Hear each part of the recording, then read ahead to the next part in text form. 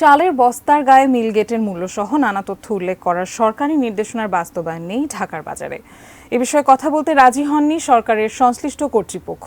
আবার খুচরা চাল বিক্রেতাদের অভিযোগ, কয়েকটি প্রতিষ্ঠান সরকারি দামে চাল বিক্রি করলেও আলাদা ভাউচারে অতিরিক্ত অর্থ আদায় করছেন। চালের বাজার ঘুরে বিস্তারিত জানাচ্ছেন আরাফাত সিদ্দিকী।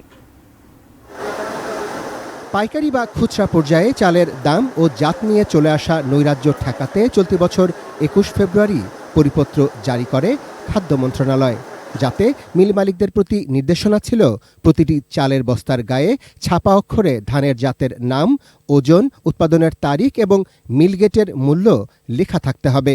মিল মালিকদের পর্যাপ্ত সময় দিয়ে এ নির্দেশনা বাস্তবায়নের সবশেষ সময় বেঁধে দেওয়া হয় পহেলা বৈশাখ ১৪৩১ বা ইংরেজি ২০২৪ সালের ১৪ই ফেব্রুয়ারি।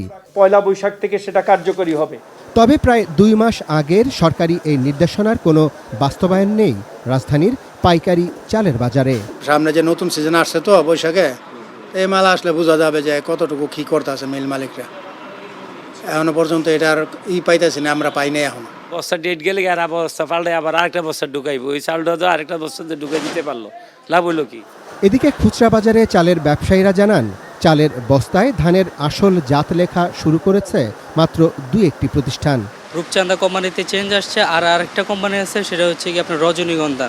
আগে বস্তার গায়ে মিনিকেট লেখা থাকতো, এখন জিরাশাল লেখা থাকে। তাদের অনেক বস্তা আগের ছাপানো আছে, সেই বস্তাগুলো কি হবে? এখানে একটা লস হবে তাদের। এই লসটা তো আলটিমেটলি গ্রাহকের উপরেই পড়বে। আপনারা যেটা বলছেন যে মিল রেট দেওয়া থাকে, এটা এখন পর্যন্ত কোনো কোম্পানি দেয়নি। তাদের অভিযোগ, বস্তার গায়ে মিলগেটের মূল্য উল্লেখ করা দূরে থাক, উল্টো সরকারের বেঁধে দেয়া দামের চাইতে বেশি মূল্যে চাল কিনতে বাধ্য হচ্ছেন তারা।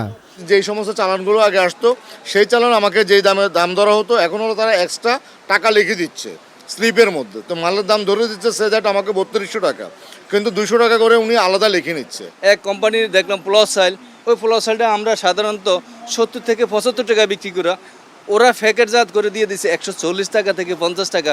তার মানে ডিস্টেন্স কত? প্রায় ৭০ থেকে ৮০ টাকা ডিস্টেন্স। এই বিষয়ে সচিবালয়ে বাণিজ্য প্রতিমন্ত্রীকে প্রশ্ন করা হলে বিষয়টি খাদ্য ও কৃষি মন্ত্রণালয়ের বলে এড়িয়ে যান তিনি।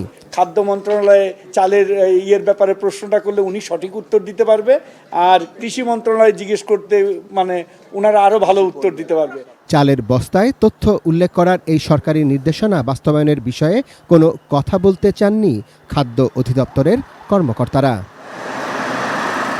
Arafat Siddiqui, ATN news, Dhaka.